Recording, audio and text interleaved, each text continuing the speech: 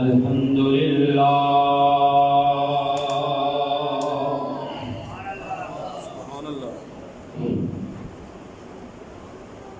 الحمد للہ رب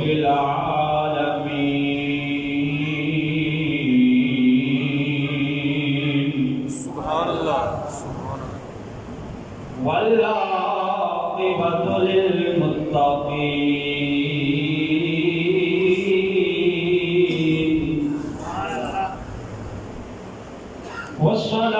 والصلاة والسلام على سید الانبیاء والمرسلین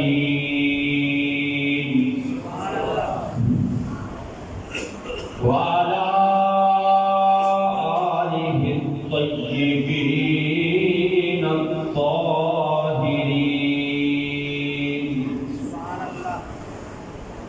وأصحابه الهادين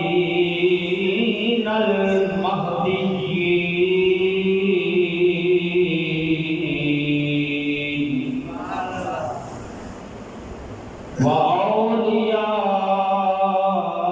وأوليائه الكاملين سبحان اللہ وعلماء ملته وأهل سنته أجمعين أما بعد فأعوذ بالله من الشيطان الرجيم بسم الله الرحمن الرحيم إن الدين عند الله الإسلام آمنت بالله صدق الله مولانا العظيم وصدق رسوله النبي الكريم الأمين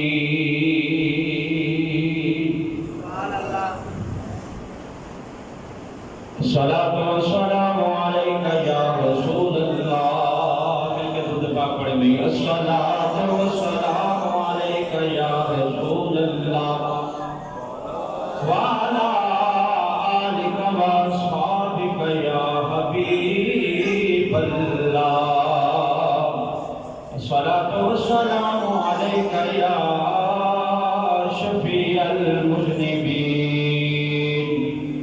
وعلى آلك وأصحابك يا خاتم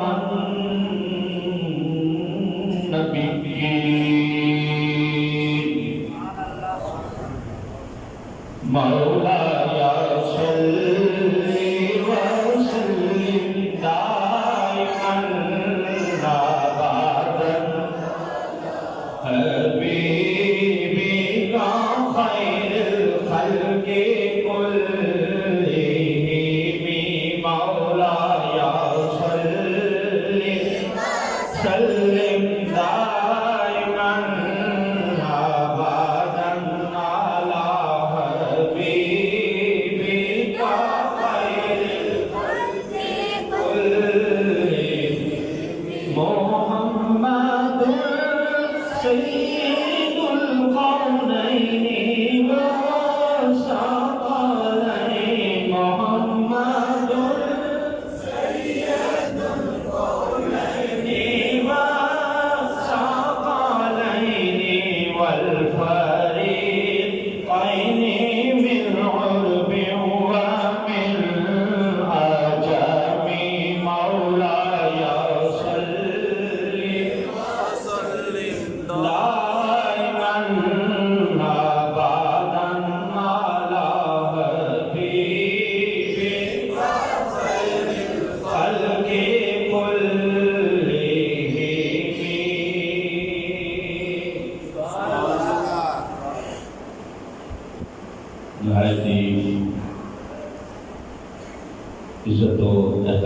قابل برادران اسلام، آج ہم اس مرد مجاہد کا ذکر کر رہے ہیں جس کے نام سے ہندوستان آج بھی کانپ جاتا ہے۔ وہ مرد مجاہد جو رات کا نمازی اور دن کا غازی تھا،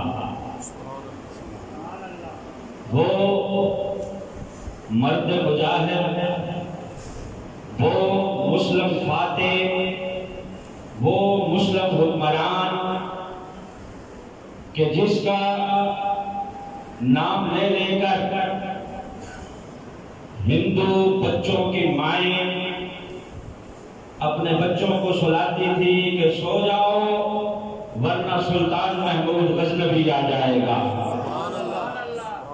آج اس فاتح کا نام، اس مسلم حکمران کا نام اور اس مسلم حکمران کا تذکرہ کیا جائے گا کہ جس نے فتوحات کے جھنڈے گاڑے اور جس نے سومناتھ کا مندر فتح کیا اور جو بت شکن کے نام سے مشہور ہوا، جسے سلطان محمود غزنوی کہا جاتا ہے۔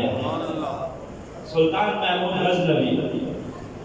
آج ایک فکرہ بڑا عام سننے کو ملتا ہے کہ اسلام امن کا درس دیتا ہے، اور ہماری تاریخ کے اندر سے مسلمانوں کے سلیبس سے بچوں کا جو سلیبس ہے اس میں سے ہمارے ان جنگجو فاتحین کا ذکر جان بوجھ کر مٹایا جا رہا ہے، آہستہ آہستہ ختم کیا جا رہا ہے، اور صرف یہ کہا جا رہا ہے کہ اسلام امن کا درس دیتا ہے۔ ٹھیک ہے، اسلام امن کا درس دیتا ہے، لیکن جب کشمیر میں بچیوں کی خون ریزی ہو رہی ہو، بچوں کو ذبح کیا جا رہا ہو، جب برما میں مسلمانوں کا قتل عام ہو، جب فلسطین کے اندر مسلمانوں کو گولیوں کے ساتھ بھونا جا رہا ہو، تو یاد رکھو پھر اسلام امن کا درس نہیں بلکہ غیرت کا درس دیتا ہے۔ اسلام امن کا درس بھی دیتا ہے، جہاد کا درس بھی دیتا ہے، اسلام امن کا درس بھی دیتا ہے، اور ساتھ ساتھ یہ بھی بتاتا ہے کہ اے مسلمانوں، اپنا تابناک ماضی یاد رکھو، تم وہ مسلمان ہو کہ جس نے صرف 313 کو اللہ نے ہزاروں میں بھاری کر دیا تھا۔ پھر دین ہمیں یہ بھی بتاتا ہے کہ ہم اس اسلام کے ماننے والے ہیں جس میں غزوہ بدر و حنین ہوا ہے، اور ہم اس دین کے ماننے والے ہیں جس میں خالد بن ولید جیسے سپہ سالار بھی تھے کہ جنہیں اللہ نے ہر میدان میں فتح عطا فرمائی ہے۔ تو اللہ فرماتا ہے ان الدین عند اللہ الاسلام، کہ اسلام دین صرف اللہ کے ہاں اسلام ہی ہے، اسلام ہی اصل دین ہے۔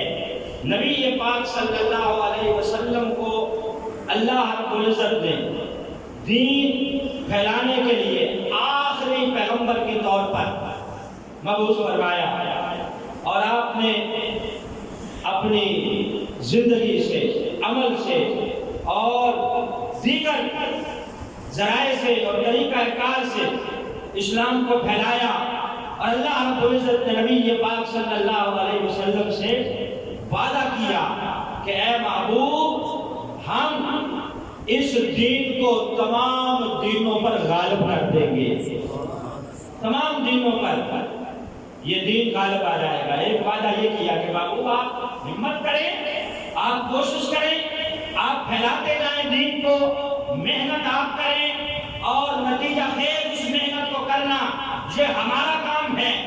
آپ پھیلاتے جائیں، ایک وقت آئے گا کہ یہ دین تمام دینوں پر غالب ہو جائے گا۔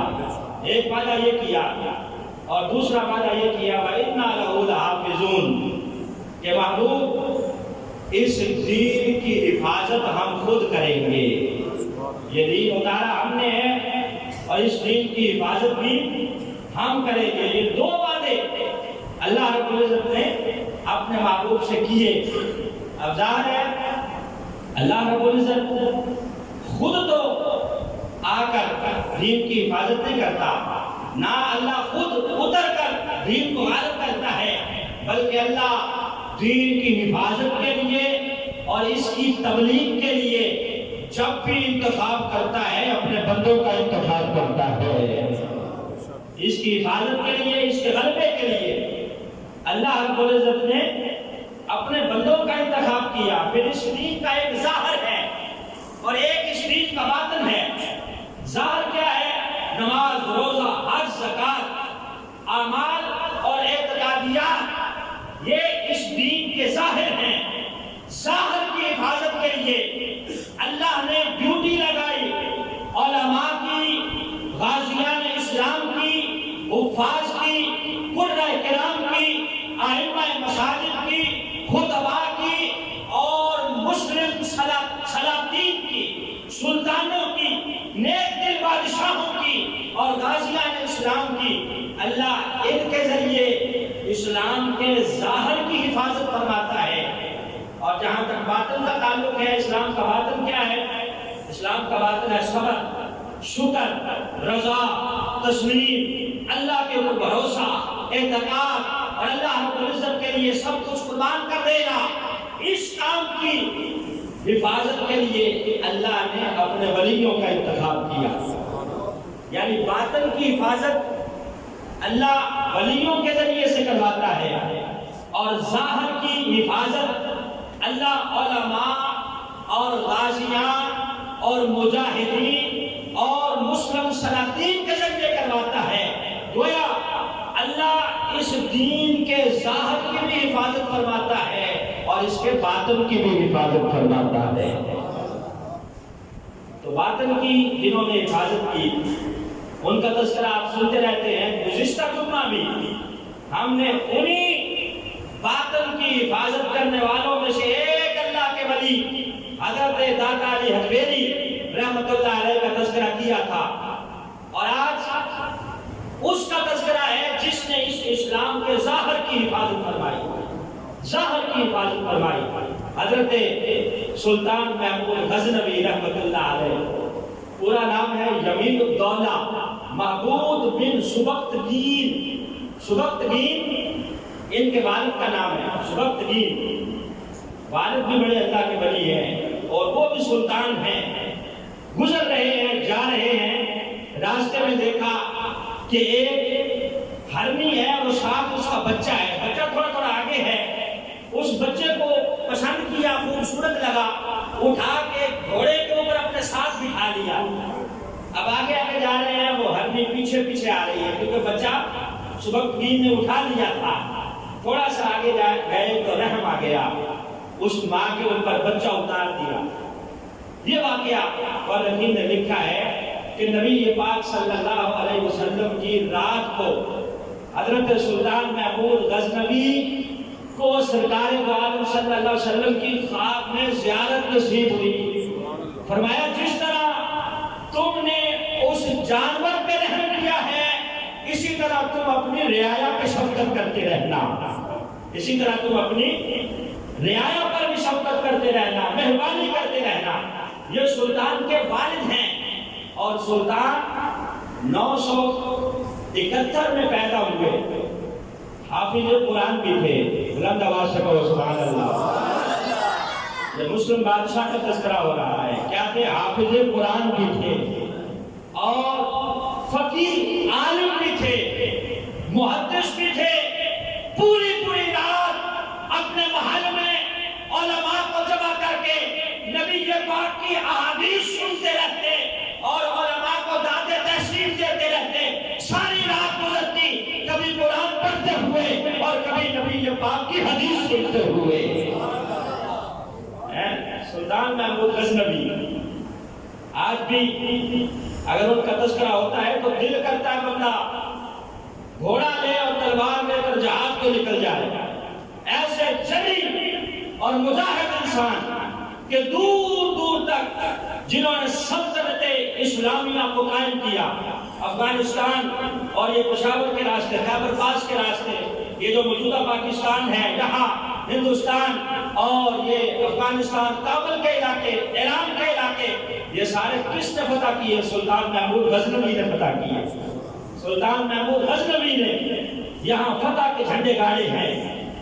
سومناتھ کا مندر 17 حملہ کیے اس کے اوپر، سومناتھ کے مندر پہ 16 حملے کیے پہلے، بار بار حملہ کر رہے ہیں لیکن کامیابی نہیں ہو رہی. ایک مرتبہ بیٹھے تھے، کسی نے کہا کہ جناب آپ نے تو پورا تیل لگا لیا ہے، زور لگا لیا ہے، آپ نے کوئی کمی نہیں چھوڑی. ایسے کریں کہ اپنے مرشد ابو الحسن خرقانی کے پاس جائیں، جا کے ان سے دعا کروائیں اور پھر حملہ کریں. اب ان فاتحین کا عقیدہ بھی دیکھیے، ولیوں کو ماننے والے، ولیوں کو ماننے والے، ولیوں کی چوکھٹ پہ جا کے حاضریاں دینے والے. وہ سومناتھ کا مندر جس کے ارد گرد ہندو راجے اور مہاراجے انہوں نے اپنے محل بنائے ہوئے تھے، 5 گز لمبا وہ بدھ تھا جو وہاں نصب کیا ہوا تھا، اور 2000 برہمن ہندو گنگا اور جمنا سے پانی بھر بھر کے لاتے اور لا کے اس کو غسل کرواتے. 500 گانے بجانے والی عورتیں یہاں موجود رہتی جو بھجن گاتی اور وہ ہندوؤں کے ترانے یہاں پڑھتی. گویا یہ ہندوؤں کا مرکز تھا. یہاں بیٹھ کر وہ لڑائی کی تدبیر بھی کرتے، اور یہاں ہندو راجے اور مہاراجے جو تھے انہوں نے چھاؤنیاں بھی بنا رکھی تھی، اور 10,000 راجپوتوں کا لشکر ہر وقت یہاں موجود ہوتا جو اس سومناتھ کے مندر کی حفاظت کے لیے موجود رہتا تھا. بعض روایت میں آتا ہے کہ 12واں حملہ تھا سلطان کا جب اللہ نے فتح عطا فرمائی. بعد میں آتا ہے کہ 17واں حملہ تھا. پورے ہندوستان میں 16 حملے کیے تھے، 17واں حملہ سومناتھ کے اوپر تھا. اس 17ویں حملے سے پہلے کسی نے کہا کہ ابو الحسن خرقانی سے جا کے دعا کروائیں پھر حملہ کریں. اب آپ نے ابو الحسن خرقانی جو نقشبندی بزرگ تھے اس وقت، بہت بڑے صوفی، ان کے دربار میں حاضری کے لیے چل دیے. سلطان ابو الحسن خرقانی فقیر وہ بیٹھے تھے اپنی درگاہ میں، سر جھکایا ہوا تھا، اور ایک ان کا جو مرید تھا وہ سر میں تیل لگا رہا تھا، مالش کر رہا تھا. جو سر جھکایا ہوا ہے، باہر سے ایک مرید دوڑتا ہوا آیا. اس نے جب دیکھا کہ ابو الحسن خرقانی نے سر جھکایا ہوا ہے تو وہ جو سر میں تیل لگا رہا تھا اسے اشارہ کیا کہ وہ سامنے بادشاہ وقت سلطان محمود غزنوی آ رہا ہے. اب وہ جو تیل لگا رہا تھا اس نے زوردار آواز میں کہا یا حضرت، یا حضرت سامنے دیکھیں. آپ نے یوں نگاہیں اٹھائی، میں کیا ہوا؟ کہا وہ بادشاہ وقت آ رہا ہے. اچھا، میں نے سمجھا شاید تیرے ہاتھ میں کوئی بہت بڑی جو آ گئی ہے تو تو نے اتنا شور مچانا شروع کر دیا ہے. اب بادشاہ وقت آ رہا ہے تو آنے کو تمہیں اتنی فکر کیوں لاحق ہے؟ یہ وہ اولیاء کرام تھے کہ جنہیں پرواہ نہیں ہوتی تھی کہ کوئی بادشاہ آ رہا ہے یا کوئی فقیر آ رہا ہے. یہ آج کے ولی ہیں جو پرواہ کرتے ہیں کہ بڑی گاڑی والا ہے یا چھوٹی گاڑی والا ہے، نذرانہ کون زیادہ لے کے آیا. یہ اس وقت کے اولیاء تھے، کہا آنے تو کوئی بات نہیں.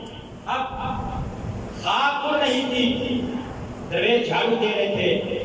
سلطان محمود غزنوی اس خواب کو یوں اپنے چہرے پہ ملتے ہوئے آگے آئے، آ کے بیٹھ گئے. دو جانو ہو کر حضرت ابو الحسن خرقانی کے پاس پوچھا ابو الحسن خرقانی نے کہ کیسے آنا ہوا؟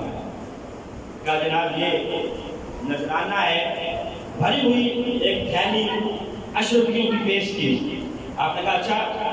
سائڈ پر رکھ کے کہا کہ درگاہ میں کوئی لنگر ہے تو لا کے سلطان کو پیش کیا جائے. اب سوکھی ہوئی چند روٹیاں درگاہ سے لائی گئی اور لا کے سلطان کے آگے رکھی گئی کہ انہیں کھاؤ. اب سلطان نے لقمہ توڑا اور توڑ کے چبانے لگا، لیکن وہ سوکھی روٹی کہاں بادشاہ وقت کے گلے سے نیچے اترنی تھی. کہا جناب یہ تو بالکل سوکھی ہے، گلے سے نیچے نہیں اتر رہی. کہا جس طرح ہماری درگاہ کا یہ لنگر تمہارے اٹھاؤ یہ اشرفیوں کی تھیلی، یہ تمہاری اشرفیاں بھی ہمارے گلے سے نیچے نہیں اترے گی۔ جس طرح ہماری درگاہ کا لنگر تمہارے گلے سے نیچے نہیں اتر رہا، ہم درویش اور فقیر لوگ ہیں، ہمیں تمہاری اشرفیوں کی ضرورت نہیں ہے، لے جاؤ، یہ بھی ہمارے گلے سے نیچے نہیں اترے گی۔ کیوں کہ یہ امانت ہے رعایا کی، جا کے رعایا پہ خرچ کرو اور وہاں خرچ کرو جنہیں اس کی ضرورت ہے۔ کہا آئے کیسے ہو؟ کہا بات یہ ہے جناب سومناتھ کا مندر فتح نہیں ہو رہا، 16 حملے کر لیے ہیں، جناب سے دعا کروانے آئے ہیں کہ دعا کریں اللہ فتح عطا فرمائے۔ کہا جاؤ یہ میرا جوبہ لے جاؤ۔ حضرت ابوالحسن زرقانی نے کیا کہا کہ میرا جوبہ لے جاؤ، جب تم دیکھو کہ سخت مشکل ہے، فتح نہیں ہو رہی، تو جوبہ سامنے رکھ کے 2 رکعت نماز نفل پڑھنا اور اللہ کی بارگاہ میں دعا کرنا کہ یا اللہ اس جوبے والے کی اگر تیری بارگاہ میں کوئی قدر ہے تو میری مشکل کو آسان کر دے اور مجھے فتح عطا فرما دے۔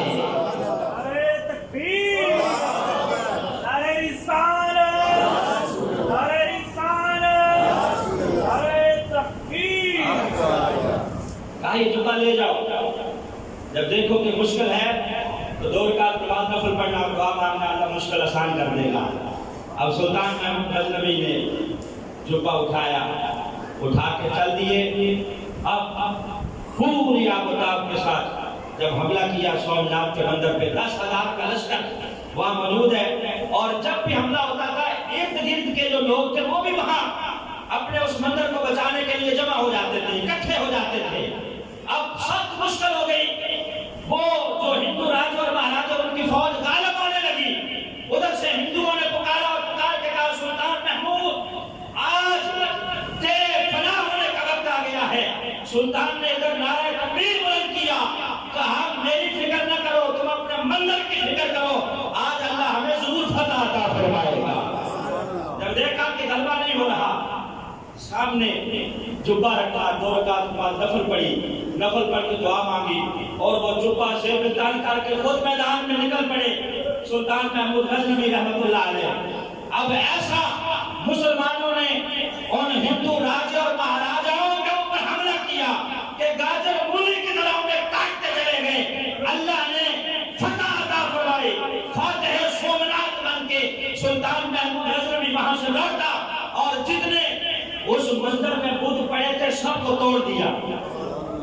توڑنے کے بعد ایک بڑا بت وہاں نصب تھا، بڑا بت، اس کو جب توڑنے لگے تو ہندو کہنے لگے جناب اب آپ نے فتح تو حاصل کر ہی لی ہے، یہ جو بڑا بت ہے اسے رہنے دیں، اسے نہ توڑیں، اس کے بدلے میں ہم سے نذرانہ لے لیں، جتنا چاہیں اتنی رقم لے لیں، ہیرے اور جواہرات لے لیں، اس بڑے بت کو رہنے دیں، اسے نہ توڑیں، یہ ہماری نشانی ہے۔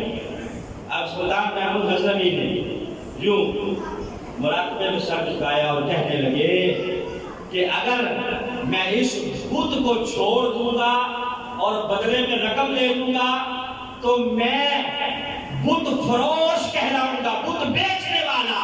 کہا میں بت فروش کہلوانے کی بجائے بت شکل کہلوانا پسند کروں گا، مجھے تمہاری رقم کی ضرورت نہیں ہے۔ انہوں نے حضرت ابراہیم کی سنت ادا کرتے ہوئے اور نبی پاک کی سنت ادا کرتے ہوئے اس بت کے ٹکڑے کیے، اور تاریخ میں لکھا ہے کہ وہ بت توڑا گیا، اس کے پیٹ سے بہت زیادہ ہیرے اور جواہرات نکلے۔ گویا انہوں نے ان کی وہ دولت ٹکرائی تو اللہ نے اندر سے جو خزانہ تھا وہ حضرت سلطان کو عطا فرمایا۔ سلطان رحمۃ اللہ علیہ نے وہ مال غنیمت اکٹھا کیا اور اکٹھا کرنے کے بعد خوشی خوشی ابوالحسن زرقانی کے پاس دوبارہ پہنچے شکریہ ادا کرنے کے لیے، بڑے خوش خوش ابوالحسن زرقانی کے پاس آئے اور آ کے عرض کی کہ جناب اللہ نے فتح عطا فرما دی ہے۔ کا مسئلہ کیا تھا؟ کہا یہ سومناتھ کا مندر فتح نہیں ہو رہا تھا، ہم نے دعا مانگی۔ کہا سلطان تم نے ہمارے جبے کی بڑی تھوڑی قیمت لگائی ہے، بہت تھوڑی قیمت لگائی ہے، اگر تم سامنے رکھ کے دعا مانگتے کہ یا اللہ پوری دنیا پہ فتح عطا فرما تو اللہ ساری دنیا پہ فتح عطا فرما دیتا۔ یہ سلطان محمود غزنوی رحمت اللہ علیہ، نبی پاک صلی اللہ علیہ وسلم کا ادب کرنے والا، سرکار دو عالم صلی اللہ علیہ وسلم سے محبت کرنے والا، سلطان محمود غزنوی رحمۃ اللہ علیہ، سلطان کا ایک وزیر تھا جس کا نام تھا ایاز۔ علامہ نے لکھا ہے نا کہ ایک ہی صف میں کھڑے ہو گئے محمود و ایاز، نہ کوئی بندہ رہا نہ کوئی بندہ نواز۔ یہ وہی محمود و ایاز ہے۔ ایاز کا ایک بیٹا تھا جس کا نام تھا محمد بن ایاز۔ کیا نام تھا؟ محمد بن ایاز۔ اب سلطان محمود غزنوی جب بھی بلاتا ایاز کے بیٹے کو تو کہتا ہے اے محمد بن ایاز، اے محمد بن ایاز کہہ کے بلاتا۔ ایک دن خالی اس نے کہا کہ اے ابن ایاز ادھر آ میری بات سن، پھر صرف ابن ایاز کہا، محمد بن ایاز نے کہا۔ تو بچہ بھی سمجھدار تھا، اس نے جا کے اپنے ابا ایاز سے کہا کہ آج بادشاہ نے مجھے صرف ابن ایاز کہہ کے بلایا ہے۔ اچھا چلو ذرا جا کے پوچھتے ہیں۔ ایاز نے دست بس کا پوچھا کہ جناب حیثیت تھی، پہلے آپ نے جب بھی بلایا میرے بیٹے کو محمد بن ایاز کہہ کے، آج خالی ابن ایاز کیوں کہا؟ کہا آج میرا وضو نہیں تھا، میں نے وضو کا پانی سے منگوایا، اس لیے میں نے خالی ابن ایاز کہا۔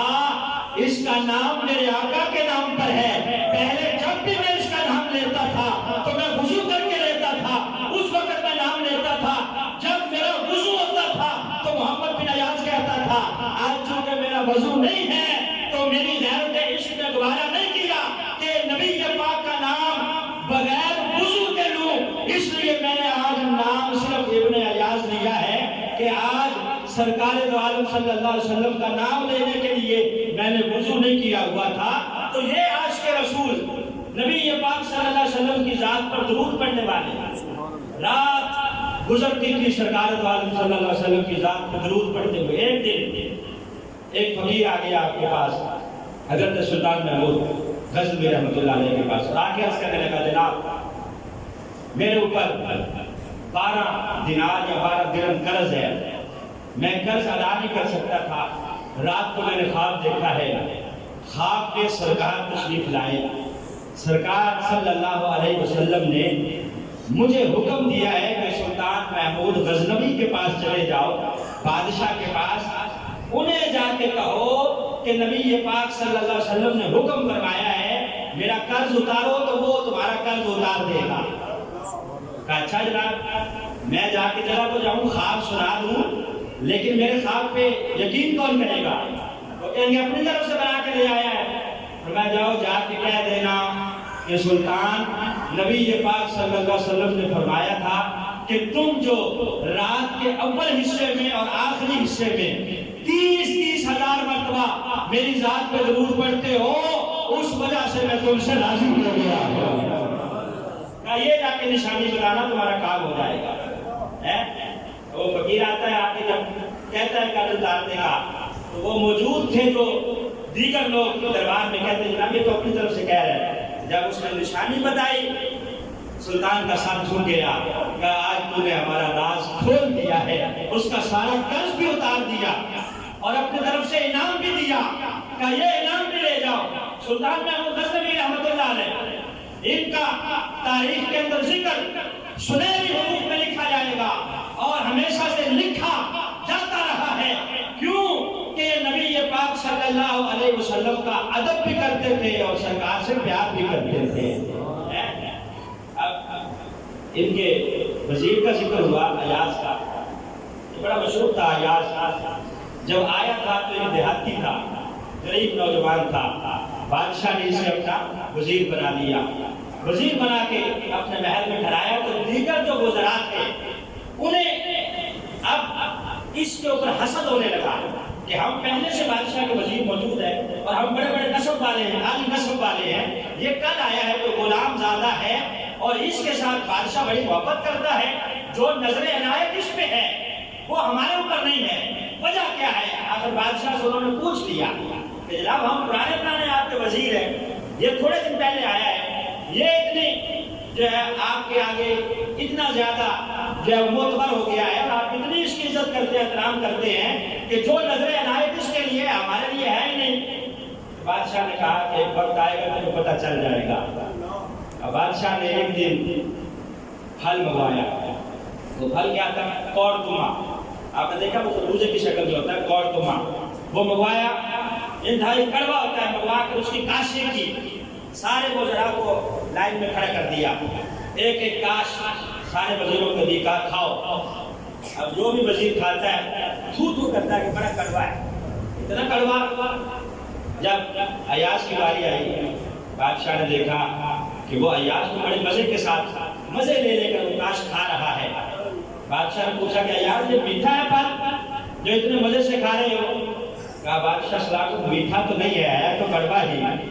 کہا پھر مزے مزے لے کے کھا کیوں رہے ہو؟ باقی سب نے تو پھینک دیا ہے، تھو تھو کر رہے ہو، تم مزے سے کھا رہے ہو۔ کہا بادشاہ سلامت اتنی عمر گزر گئی ہے، تمہارے ہاتھوں سے میٹھی میٹھی نعمتیں کھائی ہیں، آج اگر کڑوی مل گئی ہے تو یہ بھی اللہ کا شکر ادا کر کے کھا رہا ہوں، اسے پھینکوں گا نہیں۔ کیوں کہ جن ہاتھوں سے میٹھی نعمتیں کھائی ہیں، آج انہیں ہاتھوں سے اگر کڑوی مل گئی ہے تو یہ بھی اللہ کا شکر ہے۔ تو اللہ ساری زندگی بندے کو میٹھی میٹھی نعمتیں دیتا ہے، خوشیاں عطا فرماتا ہے۔ اگر غم آ جائے تو بندہ ناشکرا ہو جاتا ہے۔ تو جس رب کی نعمتیں میٹھی میٹھی بندہ کھاتا ہے، یہ روایت بیان کر کے علماء نے لکھا ہے کہ اس سے سبب یہ حاصل ہوتا ہے کہ اللہ کی ساری زندگی اچھی اچھی نعمتیں کھا کے جس طرح شکر ادا کیا جاتا ہے، اگر غم آ جاتا ہے، اگر کوئی دکھ کا موسم آ جاتا ہے تو پھر بھی واہ ویلا نہیں کرنا چاہیے، بلکہ اللہ کا شکر ہی ادا کرنا چاہیے۔ بادشاہ نے پھر ان وزراء کو دکھانا چاہا کہ دیکھو میں کس لیے اس کی قدر کرتا ہوں اور زیادہ اس کا احترام کرتا ہوں۔ اب بادشاہ نے ایک عمدہ ہیرا لیا اور ایک ہتھوڑا لیا، ہر وزیر سے کہا کہ یہ ہتھوڑا ہے اور یہ ہیرا ہے، اسے توڑ دیا جائے۔ اب ہر وزیر جب وہ ہتھوڑا اور ہیرا پکڑ کے توڑنے لگتا ہے، کہتا ہے بادشاہ سلامتی جو بڑا قیمتی ہیرا ہے، کیوں اسے توڑوانا چاہتے ہو؟ بڑا قیمتی ہیرا ہے، رہنے دو۔ ہر وزیر نے نہیں توڑا کہ بڑا قیمتی ہے جناب نہ توڑو۔ جب عیاش کی باری آئی، سامنے رکھا گرم، ایک ہی ہتھوڑا مارا، اس کو توڑ دیا۔ اب وہ سارے وزیر کہنے لگے آج تو اس کی خیر نہیں ہے، یہ کم عقل جاہل، آج بادشاہ اس کو نکال دے گا دربار سے، اسے پتہ ہی نہیں قیمتی ہیرا۔ بادشاہ نے شاید آزمانے کے لیے ہمیں کہا ہوگا، لیکن اس نے فوراً توڑ دیا۔ اب بادشاہ نے عیاش سے پوچھا کہ تم نے کیوں توڑا بھائی؟ کہا جناب یہ تمہارا حکم تھا۔ بادشاہ سلامت ایک طرف آپ کا حکم تھا، ایک طرف قیمتی ہیرا تھا، میں نے ہیرے کی قیمت کو نہیں دیکھا بلکہ آپ کے حکم کو دیکھا ہے اور حکم کی تعمیل کی ہے۔ تو بندے کو چاہیے کہ اللہ کے حکم کی تعمیل کرے، خواہ کتنا ہی بڑا نقصان کیوں نہ ہو جائے۔ تو بادشاہ سلامت نے بتایا کہ دیکھا یہ ہے اس کی قدر، اس وجہ سے میں اس کو زیادہ اہمیت دیتا ہوں کہ یہ تم جیسا نہیں ہے بلکہ یہ تمہارے سے کہیں زیادہ افضل ہے۔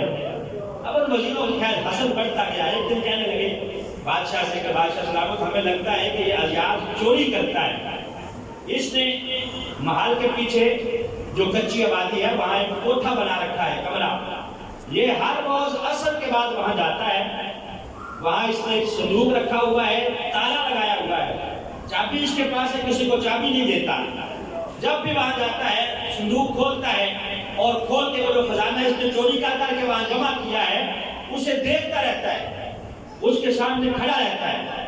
بادشاہ سلامت نے کہا اچھا، کہا جی جناب آپ نے دیکھا نہیں، عصر سے لے کے مغرب تک یہ آپ کے دربار میں ہوتا ہی نہیں ہے، ذرا اسے پوچھو کہاں غائب رہتا ہے۔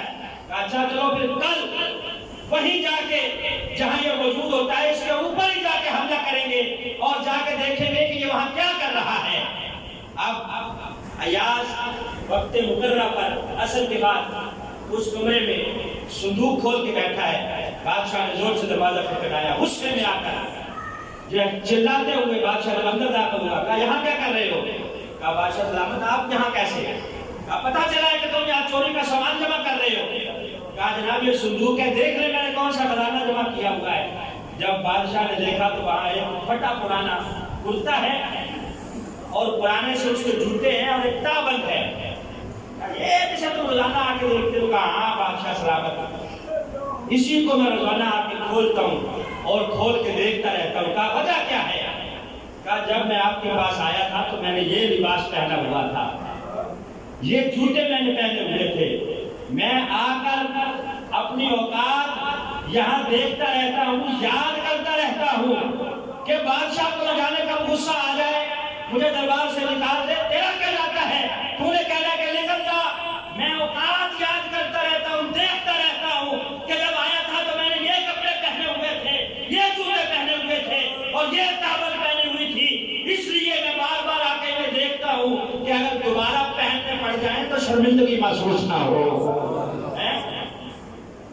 جب سارے گزرانے دیکھا تو پانی پانی ہو گئے کہ ہم نے تو سمجھا تھا خزانہ جمع کر رہا ہے، کہا نہیں بادشاہ سلامت، یہاں کوئی خزانہ نہیں ہے، بلکہ میں اپنی اوقات یاد کرتا ہوں ہر روز۔ تو بندے کو بھی چاہیے کہ وہ دیکھے اللہ نے اسے کتنی کتنی نعمتیں عطا کی ہیں۔ جب پیدا ہوا تھا تو روتا ہوا، نہ جسم پہ کپڑے تھے نہ کچھ تھا، ایک نلی سے پانی سے اس کو پیدا کیا اور پھر اس کے اندر عقل آ گئی، اتنا تکبر اور غرور آ گیا کہ اپنے ماضی کو بھول گیا اور بھول گیا کہ کہاں سے یہ ماضی وجود میں آیا ہے۔ تو بندہ بھی اگر ہر وقت اپنی اوقات میں رہے اور اوقات یاد کرتا رہے تو یقیناً وہ اللہ کی بارگاہ میں ہمیشہ سر سجدے میں جھکائے رکھے گا کہ یا اللہ تیری ایک بھی نعمت کا شکر ادا نہیں ہو سکتا۔ یہ سلطان محمود غزنوی رحمۃ اللہ علیہ 35 سال یا 32 سال انہوں نے حکمرانی کی اور اپنے دور حکمرانی میں انہوں نے بڑی بڑی لائبریریاں قائم کی، علماء کی خدمت کی، مدرسین کی خدمت کی اور بڑے بڑے جو ہے وہ دواخانے اپنی سلطنت میں بنائے، دور دور تک، جیسے میں نے شروع میں کہا کہ اسلامی سلطنت پھیل چکی تھی۔ ایک بات آخری عرض کروں، انہیں یہ جو نبی پاک صلی اللہ علیہ وسلم کی حدیث ہے کہ علماء انبیاء کے وارث ہیں، اس بارے میں شک تھا کہ پتہ نہیں یہ حدیث ہے یا علماء نے اپنی طرف سے گھڑ لی ہے، اور اس بارے میں بھی شک تھا کہ قیامت قائم ہوگی کہ نہیں، اس بارے میں تھوڑا سا یہ مشکوک رہتے تھے۔ ایک اس حدیث کے بارے میں کیوں کہتے تھے کہ علماء کرام کی ظاہری حالت تو پتلی ہوتی ہے، زیادہ عمدہ لباس نہیں ہوتا، تو یہ کس طرح انبیاء کے وارث ہو سکتے ہیں؟ تو اس لیے وہ سوچتے تھے کہ شاید علماء نے یہ حدیث اپنی طرف سے گھاڑ لی ہے۔ ایک دن آپ جا رہے تھے، راستے میں دیکھا کہ رات ہے، رات کا وقت ہے، ایک دین کا طالب علم ہے جو ایک ہندو کھتری کی دکان پر چراغ جل رہا ہے، اس چراغ کی روشنی میں اپنا سبق یاد کر رہا ہے، دین کا طالب علم مدرسے کا۔ جب عبادت دیکھنی ہوتی تو آگے لے جاتا اس کھتری کی دکان کے پاس، وہاں لے جا کے عبادت دیکھتا، پھر سائڈ پہ جا کے یاد کرنے لگ جاتا۔ بادشاہ نے، سلطان نے اس طالب علم کو بلایا اور بلا کے کہا بیٹا یہاں رات کے وقت کیوں یاد کر رہے ہو، مدرسے میں کیوں نہیں؟ کہا ہمارا مدرسہ بڑا قریب ہے، رات کو جلانے کے لیے وہاں چراغ نہیں ہے، اور دن کے وقت استاد گرامی نے کہا ہے کہ بڑا کرو، رات کے تھوڑے سے حصے میں صرف چراغ کی روشنی ملے گی، اس کے بعد نہیں ملے گی۔ آج ان علماء پہ بھی افسوس ہوتا ہے جنہوں نے طالب علموں کو گلی گلی پھرا کر منگتا بنا دیا ہے، اور مان مان کر جنہوں نے جو ہے وہ اپنی جیبیں بھری ہیں، اپنے محل بنائے ہیں۔ سلطان محمود غزنوی کا زمانہ ہے، وہ غریب طالب علم کہتا ہے کہ مدرسہ بڑا غریب ہے، استاد نے کہا ہے کہ رات کو چراغ نہیں جلے گا، اس لیے میں یہاں اس ہندو بلیے کی دکان پہ آ کے رات کو سبق یاد کرتا ہوں۔ اچھا، بڑے خوش ہوئے اور خوش ہو کے ایک لالٹین، ایک شاہی لالٹین اس کو تحفے میں دی کہ بیٹا یہ لے لو، اس کی روشنی میں تم سبق یاد کیا کرو، اور میں نے اس بندے کی ڈیوٹی لگا دی ہے، یہ روزانہ آئے گا اور آ کے تیل اس پہ ڈال جائے گا۔ اچھا، طالب علم خوش ہوا اور جواب میں کیا کہا، جزاک اللہ خیرا، اللہ تمہیں بہتر جزا عطا فرمائے۔ لمبی چوڑی تعریفیں نہیں کی، جس طرح علماء کرام اس بندے کی تعریفوں کے پل باندھ دیتے ہیں جو جیب گرم کرنے والا ہوتا ہے اور جو مدرسے کی خدمت کرنے والا ہوتا ہے۔ اس طالب علم نے کیا کہا، جزاک اللہ خیرا، اللہ تمہیں بہتر جزا عطا فرمائے۔ اب سلطان کہتا ہے کہ میں بڑا خوش جب رات کو سویا، نبی پاک صلی اللہ علیہ وسلم کی خاک میں زیارت نصیب ہوئی۔ اللہ سب کو نصیب فرمائے، سب کو آمین۔ سرکار خواب میں تشریف لائے، سرکار بڑے خوش تھے، کہا اے سلطان تو نے نبیوں کے وارث کی خدمت کی ہے، قیامت کے دن میں تیری شفاعت کروں گا۔ نعرہ تکبیر، نعرہ رسالت، نعرہ رسالت، نعرہ تحقیق۔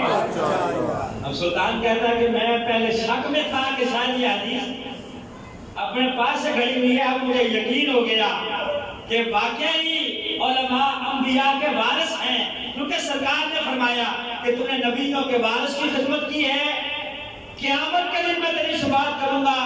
کہتے ہیں قیامت کے بھی مجھے جیسا تھا نبی پاک نے فرمایا قیامت کے دن میں تیری شفاعت کروں گا۔ اس طالب علم کی خدمت کرنے کی وجہ سے نبی پاک کی زیارت بھی نصیب ہو گئی، اور یہ جو مسئلہ ان کو درپیش تھا اللہ نے وہ مسئلہ بھی حل فرما دیا۔ تو ایسے مسلم بادشاہ گزرے ہیں، ہمارے سلاطین گزرے ہیں جنہوں نے ایسی بادشاہت نہیں کی، بلکہ انہوں نے کی ہے تو اس لیے کہ وہ رات کے نمازی ہوا کرتے تھے اور دن کے غازی ہوا کرتے تھے۔ یہی وجہ ہے کہ 1000 سال بعد غزنی میں جہاں سلطان محمود غزنوی کا مزار ہے، جب وہاں زلزلہ آیا تو آپ کی قبر مبارک شک ہو گئی، پھٹ گئی۔ اس وقت کا بادشاہ ظاہر شاہ اس نے حکم دیا کہ سلطان کی قبر کو دوبارہ تعمیر کیا جائے۔ جب دوبارہ تعمیر کرنے کے لیے مزدور اترے تو تاریخ میں لکھا ہے کہ ایک مزدور نے دیکھا کہ سلطان کا تابوت بھی سلامت ہے، تابوت کی لکڑی بھی 1000 سال گزر گیا ہے، گلنے نہیں پائی۔ اس نے تھوڑا سا تابوت اٹھا کے آگے جھک کے دیکھا، مورخین نے لکھا ہے کہ وہ حیران رہ گیا، چہرہ تر و تازہ ہے، ایک ہاتھ سینے پہ رکھا ہوا ہے اور ایک یوں سیدھا ہے۔ جب ہاتھ کو یوں چھوا گیا تو ہاتھ ایسے نرم تھا جس طرح زندہ آدمی کا ہوتا ہے۔ تو جو بادشاہ اللہ کے دین کی خدمت کرتا ہے، اپنی جیبیں نہیں بھرتا، جو وزیر اعظم اور ملک کا حکمران رعایا کی خدمت کرتا ہے اور غریب عوام کا پیسہ خرچ کرتا ہے، اللہ مرنے کے بعد بھی اس کو زندہ رکھتا ہے، اس کا کفن بھی میلا نہیں ہونے دیتا۔ کیوں؟ کہ یہ بادشاہ وہ ہے جس نے انصاف قائم کیا ہے اور اس نے عوام کی خدمت کی ہے۔ لہذا ایسے ایسے بادشاہ گزرے ہیں مسلمانوں کے کہ ان کا تذکرہ کیا جاتا ہے تو سر فخر سے بلند ہو جاتا ہے کہ اللہ کا شکر ہے اللہ نے ہمیں بھی مسلمان پیدا کیا ہے۔